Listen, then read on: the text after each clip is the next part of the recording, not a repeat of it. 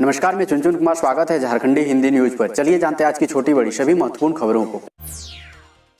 झारखंड में आज कोरोना से 45 मौतें, 4,969 नए संक्रमित मिले। राज्य में एक दिन में मिलने वाले नए संक्रमित की संख्या अब 5,000 के पास पहुंच गई है। मंगलवार को राज्य में हुई कोरोना जांच में 4,969 नए संक्रमित मिले। वहीं 24 घंटे के भीतर 45 कोरोना मरीजों की मौत हो गई। राहत की बात यह है कि राज्य में 24 घंटे के भीतर 2,334 मरीज स्वस्थ भी हुए। रांची में रिकॉर्ड 1,703 नए संक्रमित मिले। हालांकि यहाँ 1035 मरीज स्वस्थ भी हुए। यहाँ 24 घंटे के भीतर 15 कोरोना मरीजों की मौत हो गई है। सरायकेला डीसी ने कहा, सीरियस मरीज को सुगमता पूर्वक उपलब्ध कराएं बेड। गूगल मीट के माध्यम से मंगलवार को उपायुक्त अरवा राजकमल ने कोरोना संक्रमण के बढ़ते मामलों से बचाव और रोकथाम को लेकर डिस्ट्रिक्ट डिजास्टर मैनेजमेंट अथॉरिटी की बैठक की। बैठक में सभी वरीय पदाधिकारियों के साथ चर्चा कर कोरोना संक्रमण के रोकथाम के लिए योजना भी बनाई गई। बैठक में उपायुक्त ने sample testing, hospital bed management, vaccination आदि बिंदुओं पर विचार विमर्श कर आवश्यक दिशा निर्देश दिए। इस अवसर पर गूगल मीट में पुलिस अधीक्षक सरायकेला खरसवां मोहम्मद अरसी, उप विकास आयुक्त प्रवीण कुमार गगराई समेत कई अधिकारी उपस्थित थे।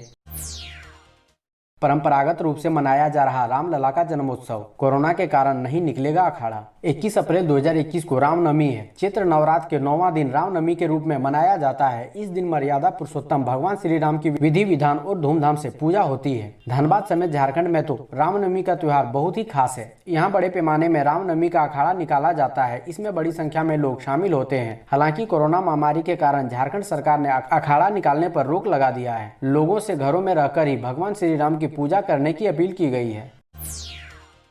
लॉकडाउन में भक्तों के लिए बंद रहेगा बाबा वैद्यनाथ मंदिर। 29 के बाद ऑनलाइन पूजा पर विचार। झारखंड सरकार ने राज्य में 22 अप्रैल से 29 अप्रैल तक लॉकडाउन की घोषणा की है। सरकार ने इसका नाम स्वास्थ्य सुरक्षा सप्ताह दिया है। इस दौरान भक्तों के लिए बाबा वैद्यनाथ मंदिर भी बंद रहेगा। इस दौरान द्वादश ज्योतिर्लिंग में बाबा वैद्यनाथ की पूजा की लालसा रखने वाले भक्तों को 29 अप्रैल तक पूजा करने की इजाजत नहीं मिलेगी। 22 से 29 अप्रैल तक बाबा की पूजा केवल पुरोहित ही करेंगे। बोले युवा, सरकार का फैसला सही। पढ़ाई से लेकर नौकरी को लेकर हमें ही निकलना पड़ता है बाहर। लंबे इंतजार के बाद अब युवाओं को भी कोरोना की वैक्सीन मिल जाएगी। 1 मई से 18 वर्ष से अधिक उम्र के युवा भी वैक्सीन लगवा सकेंगे। इस खबर से युवाओं के चेहरे खिल गए। सभी ने सरकार की इस कदम की भरपूर सराहना की। युवाओं का कहना है कि कोरोना की दूसरी लहर की चपेट में हम लोग भी आ रहे हैं। ऐसे में टीका युवाओं के लिए भी जरूरी हो गया था। सरकार का फैसला बिल्कुल सही है। जीवन जीने का अधिकार सभी को है, तो हम टीका से वंचित क्यों रहें। हटिया में खड़ी है 30 आइसोलेशन कोच वाली ट्रेन। रांची रेल मंडल ने 30 आइसोलेशन कोच वाली ट्रेन बनाई है, मगर रांची में बेड के लिए मारामारी के बाद भी इन ट्रेन का प्रयोग सरकार नहीं कर रही है। हटिया में रेलवे के पास 270 बेड वाली ट्रेन खड़ी है। इस ट्रेन में मेडिकल की सारी सुविधाएं हैं। बस जिला प्रशासन इसमें डॉक्टरों की तैनाती कर ऑक्सीजन आदि सुविधाओं से लैस कर इसका इस्तेमाल कर सकती है, मगर अधिकारियों ने कभी इस तरफ ध्यान ही नहीं दिया। रांची रेल मंडल ने पिछले साल कोरोना के मरीजों के लिए 60 आइसोलेशन कोच की जो ट्रेन बनाई थी वह अभी बरकरार है। हालांकि ट्रेन से 30 कोच निकालकर रेलवे ने पैसेंजर ट्रेनों में इस्तेमाल कर लिए हैं, लेकिन 30 कोच की आइसोलेशन बेड वाली ट्रेन अभी भी मौजूद है। रेलवे के अधिकारियों का कहना है कि 30 कोच की आइसोलेशन बेड वाली ट्रेन का जिला प्रशासन जब चाहे तब इस्तेमाल कर सकता है।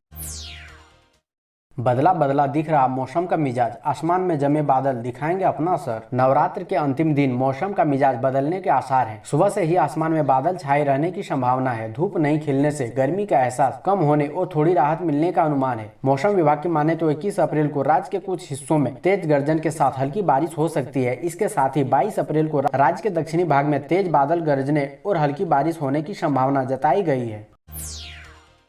मास्क नहीं लगाने पर रेलवे वसूल रहा 500 रुपये, जहां तहां थूकने पर भी जुर्माना। भारतीय रेल अपने मुसाफिरों की ट्रेन यात्रा को जहां सुगम और सुरक्षित बनाने में जुटा है, वहीं देश भर में बेतहाशा बढ़ रहे कोरोना वायरस संक्रमण के चलते एक बार फिर से लॉकडाउन की प्रबल आशंका बन गई है। ऐसे में भारतीय रेल द्वारा बमुश्किल अधिक किराया भाड़ा के साथ शुरू की गई स्पेशल ट्रेनों के बंद होने का डर भी रेल यात्रियों को सता रहा है। महाराष्ट्र, उत्तर प्रदेश, मध्य प्रदेश, छत्तीसगढ़, झारखंड, बिहार समेत देश भर में बढ़ते कोविड मामलों के मद्देनजर भारतीय रेलवे ने बड़ा और कड़ा फैसला लिया। कोरोना वायरस महामारी के प्रसार को रोकने के लिए रेलवे ने रेल परिसर और ट्रेनों में फेस मास्क न लगाने या जहां तहां थूकने पर 500 रुपये के जुर्माना का प्रावधान किया गया है।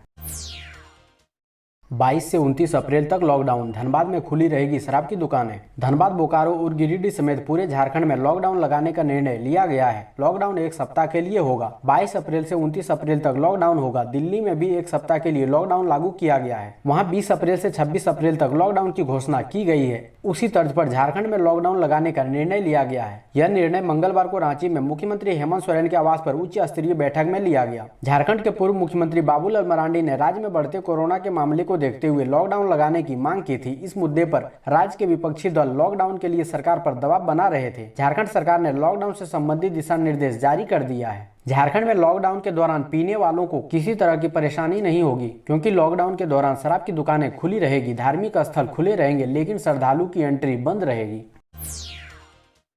अस्पतालों में बेड की संख्या व एम्बुलेंस की जानकारी के लिए जिला स्तरीय कंट्रोल रूम से करें संपर्क। सरायकेला उपायुक्त अरवा राजकमल के निर्देश पर मंगलवार को जिले के सरकारी व निजी अस्पतालों में कोरोना संक्रमितों को सुगमतापूर्वक बेड उपलब्ध कराने के लिए जिला स्तरीय हॉस्पिटल बेड मैनेजमेंट टीम गठित की गई। अपर उपायुक्त टीम के नोडल पदाधिकारी बनाए गए हैं। अपर उपायुक्त के सहयोग के लिए टीम में डीपीएम निर्मल दास को भी रखा गया है। जिला स्तरीय हॉस्पिटल बेड मैनेजमेंट टीम को सरकारी व निजी अस्पतालों में बेडों की उपलब्धता का आकलन करेगा। इसके बाद उपलब्ध बेड व अस्पतालों में भर्ती कोरोना मरीजों की जानकारी राज्य नोडल पदाधिकारी हॉस्पिटल बेड मैनेजमेंट को उपलब्ध कराएगा। पानी एकत्र करने के लिए रांची नगर निगम संवारेगा 15 तालाब। बरसात की एक एक बूंद सहेजने और पानी का भंडारण करने के लिए नगर निगम राजधानी के 15 तालाब संवारने जा रहा है। इस तालाबों को गहरा किया जाएगा ताकि उनमें ज्यादा से ज्यादा पानी जमा हो सके। नगर निगम का मानना है कि इन 15 तालाबों के संवर जाने के बाद तालाबों के आसपास के इलाके में भूगर्भ जल स्तर ऊंचा उठ जाएगा। इंजीनियरिंग विभाग को निर्देश दिया गया है कि वो तालाबों की सूची बनाए। ऐसे तालाबों की सूची तैयार की जाएगी जिनका अस्तित्व खतरे में है। जो तालाब उथले होते जा रहे हैं, उन तालाबों की सूची तैयार करने के बाद उन्हें गहरा करने का डीपीआर तैयार होगा। आरटी-पीसीआर टेस्ट को धोखा दे रहा नया कोरोना वायरस। सीटी स्कैन करवा रहे डॉक्टर। कोरोना वायरस के कहर के बीच मरीजों को लेकर अब डॉक्टरों को एक और मुसीबत का सामना करना पड़ रहा है।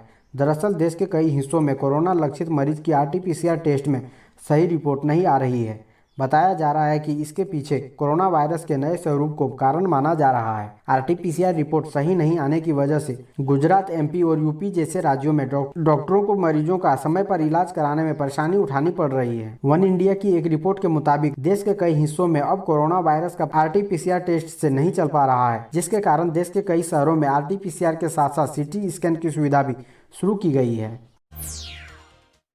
25% फेफड़ा डैमेज होने के बाद सामने आ रहा कोरोना का लक्षण। डॉक्टर भी नहीं समझ पा रहे। कोरोना का नया स्ट्रेन लोगों पर तेजी से हमला कर रहा है। कई ऐसे मरीज सामने आ रहे हैं जिनका फेफड़ा पहले से ही 25% डैमेज हो चुका है। इसके बाद उनमें कोरोना के लक्षण उभर रहे हैं। इसके बाद मरीज जांच कराने पहुंच रहे हैं। रिपोर्ट आने तक अधिकांश मरीजों को सांस लेने में परेशानी होने लग रही है। 60 से 65% मरीजों में इस बार सांस लेने में परेशानी हो रही है। उनका ऑक्सीजन लेवल तेजी से घट रहा है। 2 से 3 दिनों के अंदर 80 से नीचे पहुंच जा रहा है। ऐसे में उन्हें ऑक्सीजन की तत्काल जरूरत पड़ रही है। इस दौरान अगर किसी मरीज को समय पर ऑक्सीजन नहीं मिले तो उनकी स्थिति गंभीर हो जाती है। कोरोना की पहली लहर में औसत गंभीर रोगियों में ऑक्सीजन का स्तर 88-87% से नीचे था, लेकिन इस बार घटकर 70 से 80% पहुंच जा रहा है। ऐसे रोगियों की संख्या अधिक है। धोनी के माता पिता आए कोरोना की चपेट में। रांची के पल्स अस्पताल में है भर्ती। क्रिकेटर महेंद्र सिंह धोनी की मां देवकी और पिता पान सिंह धोनी मंगलवार को कोरोना पॉजिटिव पाए गए। इन दोनों को बरियातू रोड स्थित पल्स अस्पताल में भर्ती कराया गया। पल्स के संचालक अभिषेक झा ने बताया कि धोनी के अभिभावकों की स्थिति सामान्य है। उनका ऑक्सीजन का स्तर ठीक है, संक्रमण फेफड़ों तक नहीं पहुंचा है। उन्होंने उम्मीद जताई कि अगले कुछ दिनों में उनकी स्थिति और बेहतर होगी और उनका संक्रमण ठीक हो जाएगा। देश में तबाही मचा रहा कोरोना। पहली बार 2000 लोगों की गई जान। रिकॉर्ड 2.95 लाख मिले नए मामले। देश में कोरोना की रफ्तार थमने का नाम ही नहीं ले रही है। यह दिनों दिन और भी विकराल होती जा रही है। पिछले 24 घंटे में देश में इस महामारी से 1700 लोगों की जान गई है। वहीं देश में कोरोना वायरस संक्रमण के कुल मामले 1.5 करोड़ के पार पहुंच गए हैं। करीब 25 लाख नए मामले महज 15 दिन के भीतर सामने आए हैं। कोरोना मामले 19 दिसंबर को 1 करोड़ के पार पहुंचे थे। कोरोना के बढ़ते संक्रमण को रोकने के लिए देश के झारखंड, दिल्ली समेत देश के कई राज्यों ने लॉकडाउन लगा दिया है। कोरोना से बचाव के लिए बनाया गया वैक्सीन कितना प्रभावी? 69% लोगों में बना एंटीबॉडी। इतने लोगों पर किया था शोध। देश में कोरोना से बचाव के लिए दिया जा रहा वैक्सीन कितना प्रभावी है और वैक्सीन लेने के बाद लोगों में एंटीबॉडी कितना डेवलप हो रहा है, इसकी जांच करने के लिए देश के 5 राज्यों डॉक्टर क्लिनिकल ट्रायल कर रहे हैं। रिसर्च का पहला रिजल्ट जारी हो गया है। इसमें यह बात सामने आई है कि 552 में से 69.3% लोगों का एंटी स्पाइक एंटीबॉडी अच्छी डेवलप हुई है। वहीं जिन लोगों में एंटीबॉडी जरूरत के अनुसार डेवलप नहीं हुई है, उनमें देखा जा रहा है कि किस कारण से एंटीबॉडी दूसरे के समतुल्य नहीं बना है।